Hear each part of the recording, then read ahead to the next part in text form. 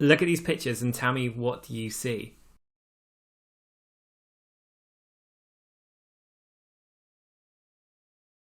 Now, we've all been there. Boring presentations that drive us mad, let us switch off, and more often than not, some people go to sleep as well. So how do we overcome this? So this presentation is about death by PowerPoint and helping you to overcome these issues. So whether we are in the classroom or in company meetings, why do we use PowerPoint if we don't actually know how to use it in the first place? And this is what we're looking to teach you. So look at this PowerPoint, how to make a good first impression. Now, how boring is this? Just text on the screen. All we do is read. So regardless of what the presenter is saying, we're just going to read the screen. So you're actually not listening to me right now. You're just reading the screen. So this is one floor. Now, this is a presentation that I received from a university lecturer as well. You've got to be blind to see this and to read this. And again, this is going to bore people straight away. Now, what about this one?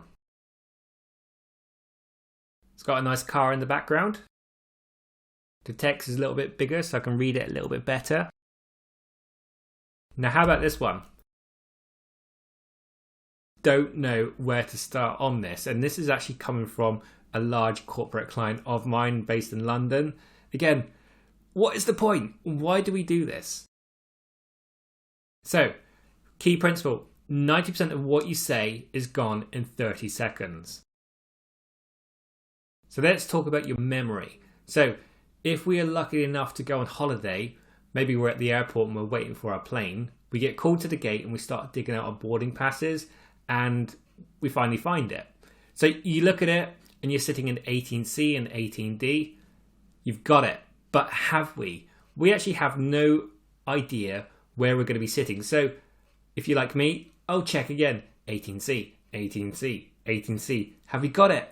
No, we still haven't got it. So we check our ticket again. And we do this about 4 to 8 times. So we're like 18C, 18C, 18C. And to quote David Phillips, the bad news is that we do not have a separate working memory for PowerPoint and tickets. And it's equally bad for both. So Dr. John Medina, who is a brain expert, a leading neurologist, said this: as a teaching professional, we should be aware of information overload, especially the learning pyramid. As a teaching professional, we should be aware of how this information overload. Why is it that we only use ineffective PowerPoints, and better yet, in any trainer course, we don't teach how to deliver a PowerPoint when this is the most common means? I'm not a fan of PowerPoint, but everyone uses it, so we might as well teach people how to use it properly. Why do we use PowerPoints? Now, I've had interviewed trainers bragging about how they don't need to use a PowerPoint because they can remember everything.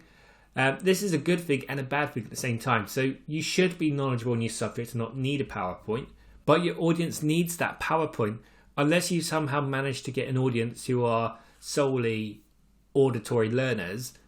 Learners also need visual cues, they need auditory cues, they need reading and writing, and they need kinesthetic. So your presentation must cover all materials. Don't be that trainer who doesn't use PowerPoint because they don't like it. It's not about you, it's about them. There you have it. PowerPoint is just one tool and it's used to engage visual learners. Your presentation should incorporate a range of different learning approaches, including visual, auditory, reading and writing, and kinesthetic. So the PowerPoint engages visual learners. And I've recently had a training teacher refuse to do it because she always does the PowerPoint. So remember the phrase, teaching is not about you, it's about the learner. So it's about the learner's preferences, not yours. To maximize learning, you must engage all senses. So just by using one or two, learners will never reach their full potential. So this is why your PowerPoint is critical. It's just one of many tools that you need to use to maximize learning. Again, if you can engage all senses, then you're going to maximize learning. PowerPoint should never be the focus of your presentation. You are the most important resource, and the PowerPoint should only supplement you, not overshadow you. So we're going to walk through 5 principles. Objectives are to reinforce these 5 principles. This will make a massive difference to the way your audience receives your PowerPoint. whether this is increasing learning potential, engagement, or simply becomes memorable so that you'll be the one winning the contract. All it takes is 5 simple adaptations to be a better PowerPoint creator than anyone you know. So let's start with these. So key principle, 1 message. So as you can see here, we have 2 messages. So let's get rid of 1. But why? So let's give you an example. You're having a private discussion with your learners and you hear background noise of other learners having a chat. And all of a sudden you hear your name. So Matt. So your attention has now been rediverted elsewhere. You carry on nodding and smiling, but your attention is gone. So finally the other learners stop talking about you and you redirect your attention back to the learner. So, and that learner asks you, how do I do it? So you've been extremely distracted and you are no longer engaged in that conversation and you have no clue what they were talking about. And the same happens with PowerPoint. So keep the message simple and have 1 message per slide because we are extremely limited to what we can process in any given time. We know that memory is poor, and the redundancy principle or redundancy effect is also known, suggests that redundant material interferes with rather than facilitates learning. So redundancy occurs when the same information is presented concurrently in multiple forms or is unnecessarily elaborated. So if you have text sentences on your PowerPoint and you bombard them with speaking to them whilst they are reading it, what you'll remember by your audience will be 0. So, or close to 0, but why is that? So use PowerPoint for what it's supposed to be used for. So you can't leave it like this. So you move into the notes section. So use the area for presentation material only. Short, sweet text and an image. This will enhance your image and it also enhances your message. So use it the way it should be used in the first place. You will focus on 4 things: moving objects, traffic light colors, contrast-rich objects, and big objects. So imagine you're at home, you're having a chat with your wife and the TV's on, but the sound is off. You are having a great conversation. But do you find it difficult not to look at that TV? Yes, but why? So it has moving objects, traffic light colors, contrast-rich objects, and it's very big. And the TVs are getting even larger these days. So let's use this to our advantage and let's give this a demo. You can't fight it, you can't control it, your eyes are drawn to the characteristics and in this case, the big object, which is the header. When is the header ever the most important part of the content? It's very unlikely, yet all PowerPoint templates are built this way, where the header is the biggest and the content is the smallest, going against the human nature. So what do? Let's just simply reduce the header size and see what happens. Your eyes are now fallen into the content, so we can now control where the learners are.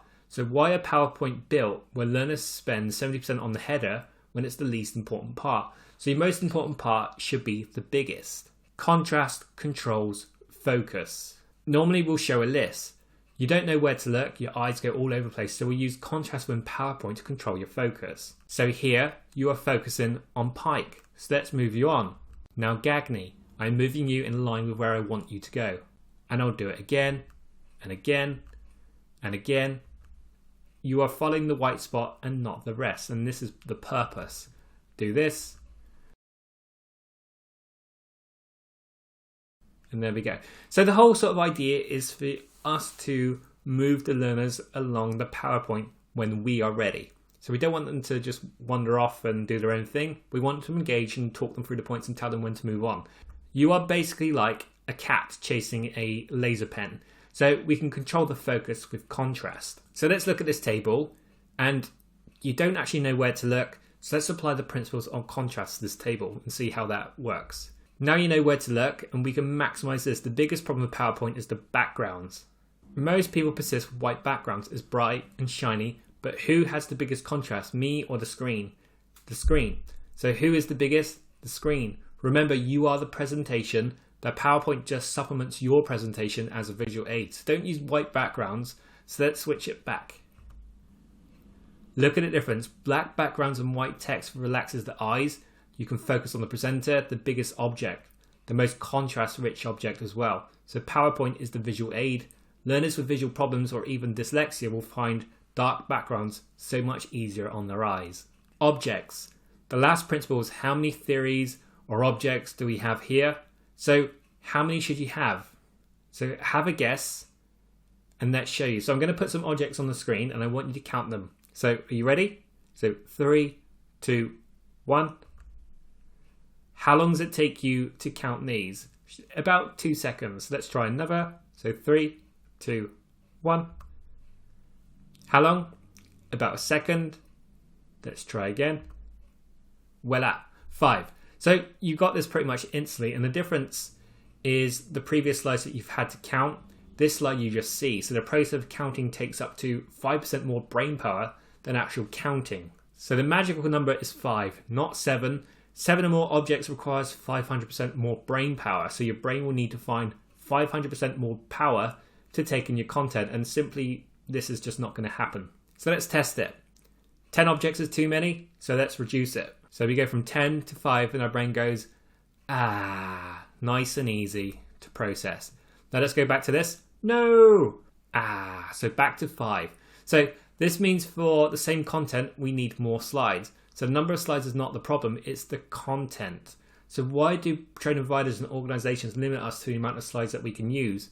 So all it does is get us to cram all of our content into fewer slides, which makes the presentation worse. And it just goes against our human nature. So again, we go from this, too much text, too much information to process, to this, a lot simpler, a lot easier for us to digest. So 5 principles. Let's stick to 1 message per slide. Make the most important content the biggest. Use a dark background color. Use contrast-rich objects to your advantage. And limit yourself to 5 or maybe 6 objects per slide. And that's how you can overcome any death by PowerPoint.